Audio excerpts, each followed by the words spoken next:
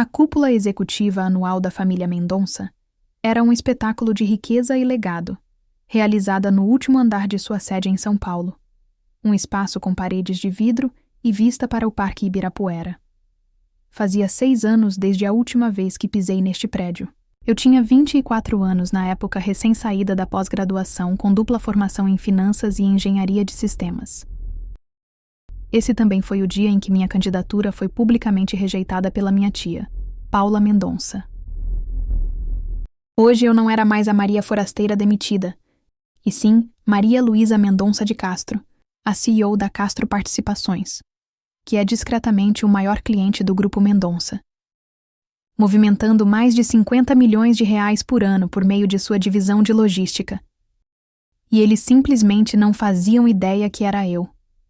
O relatório trimestral parece promissor, disse meu primo Murilo clicando em mais uma apresentação de PowerPoint superdimensionada.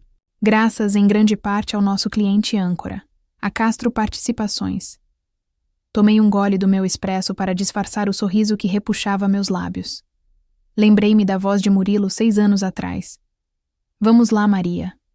Você é inteligente, mas sinceramente não pertence a um lugar como este. A lealdade familiar importa, mas o seu currículo não está de acordo com os requisitos que buscamos. Paula sorriu orgulhosamente. Excelente análise, Murilo. Olhei para os números reais no meu tablet, dados extraídos discretamente de arquivos internos por meio de um denunciante amigável. Murilo vinha falsificando métricas de desempenho há quase 1 ano. Perdas ocultas, deficiências corrigidas. A única coisa que mantinha o Grupo Mendonça vivo eram os contratos da minha empresa. Maria. Uma voz suave chamou minha atenção.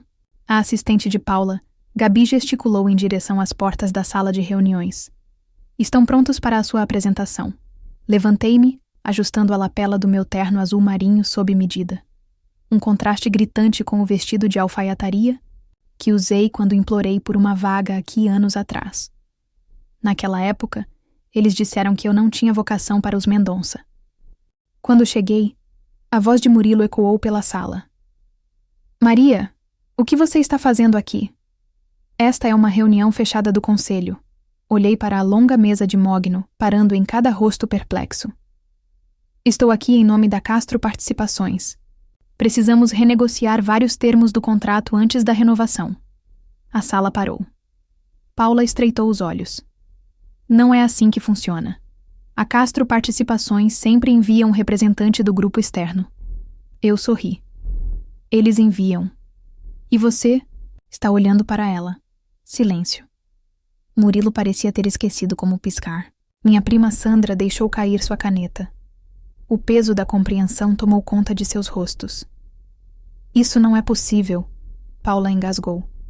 Você administra uma pequena startup. Fizemos uma verificação completa de antecedentes.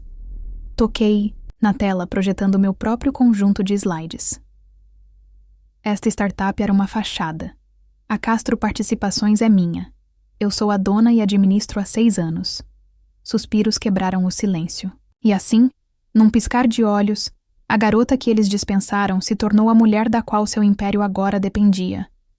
O primeiro slide se iluminou com uma clareza impressionante. A Castro Participações auditou suas finanças. A receita anual era o triplo da dos escritórios do Grupo Mendonça em 12 países. Uma presença global que ofuscava sua presença regional. E abaixo disso, uma lista de clientes com 9 empresas. Ouvi alguém suspirar. Não. Murilo se levantou cambaleando, visivelmente pálido. Isso não é possível. Você não pode ser. Não posso ser o quê? Perguntei com a voz firme. A mesma mulher que você zombou na festa de estágio?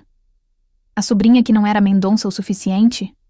Ou a dona da empresa que atualmente está impedindo que seus livros contábeis sangrem vermelho? Murmúrios irromperam pela sala de reuniões executiva. Nós saberíamos, insistiu Murilo. Você saberia?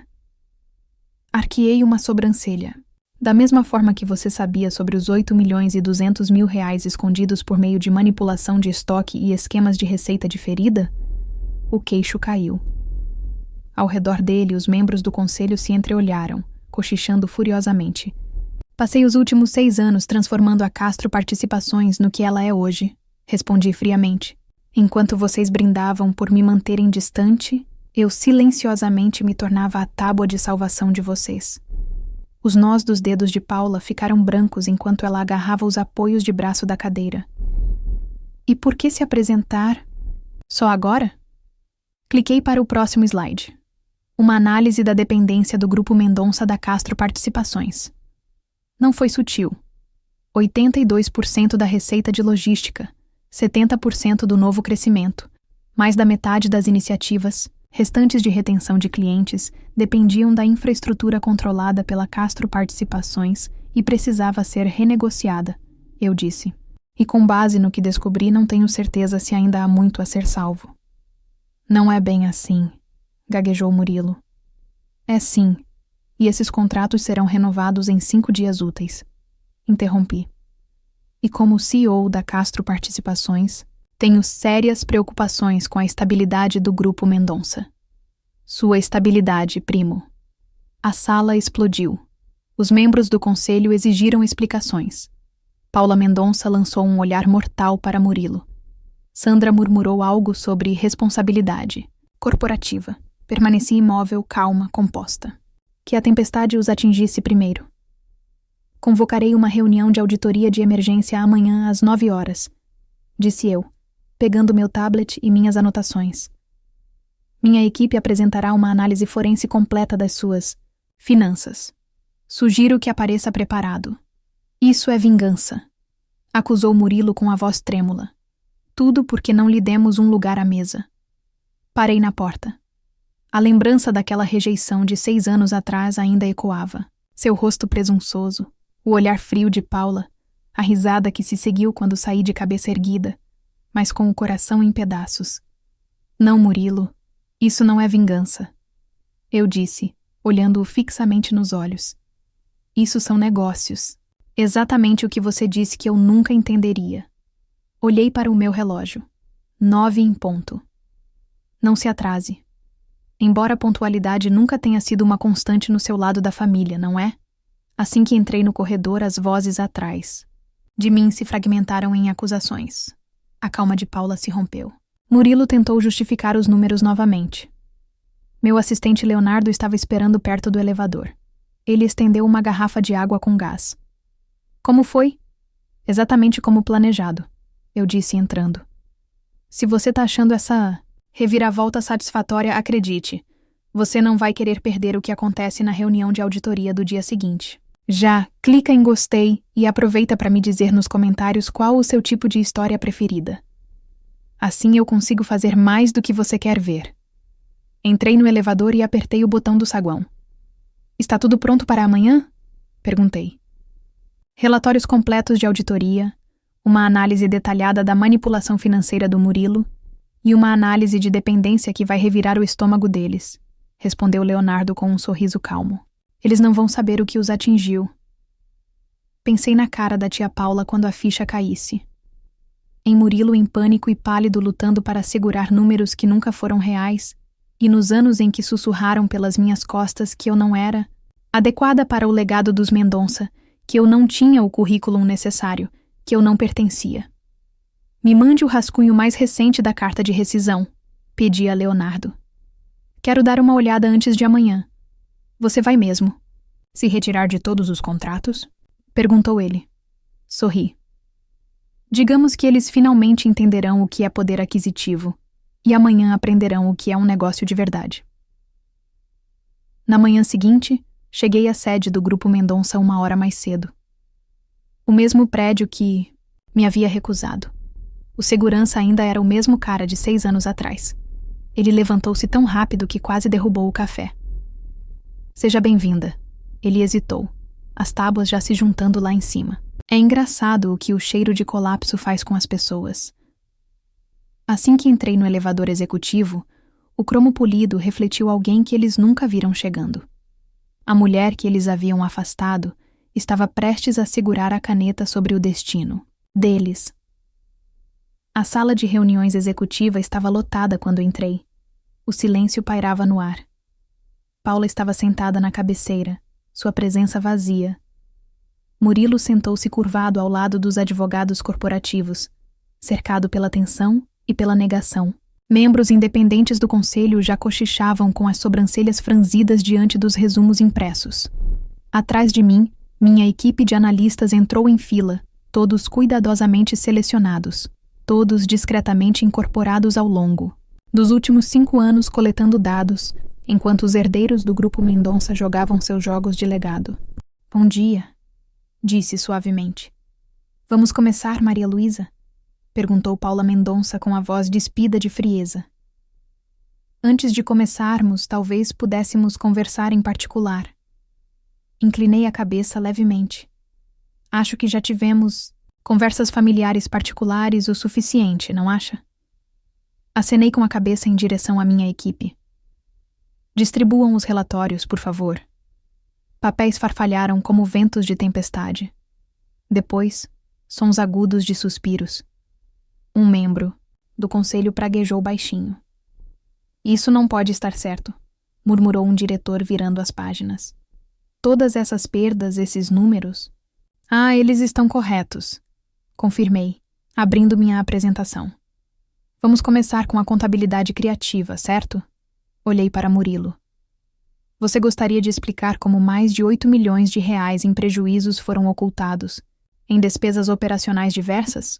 O advogado dele começou a se opor, mas eu levantei a mão.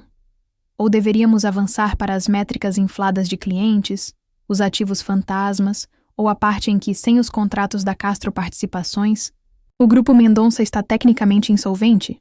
Você está tentando nos destruir, disse Murilo com a voz embargada. Olhei para ele, sem hesitar.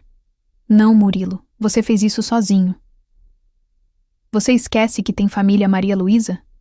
Eu arqueei uma sobrancelha. Família? Você quer dizer quando disse para metade da empresa que eu não tinha jeito para a liderança corporativa? Ou quando a tia Paula riu e disse que eu nunca entenderia os negócios de verdade? Isso foi há 6 anos, disse Paula, um pouco rápido demais. Sim, foi. E enquanto você se ocupava em guardar o brasão da família e polir antigos legados, eu estava construindo algo do zero. Hoje a Castro Participações tem o triplo do tamanho do Grupo Mendonça. Cliquei no próximo slide. Veja, os números não mentem. Um gráfico de barras mostrava o quão profunda era a dependência deles. 47% da sua receita está diretamente ligada a Castro Participações, eu disse uniformemente. Receita que vai desaparecer na próxima segunda-feira, se eu rescindir nosso contrato. A sala explodiu. Vozes se sobrepuseram, cadeiras se arrastaram, advogados se amontoaram em pânico. Um membro do conselho chegou a xingar em voz alta. E então Murilo quebrou. Eu não queria que isso chegasse a esse ponto, murmurou, afundando na cadeira. Você não pode simplesmente nos cortar, Maria Luísa.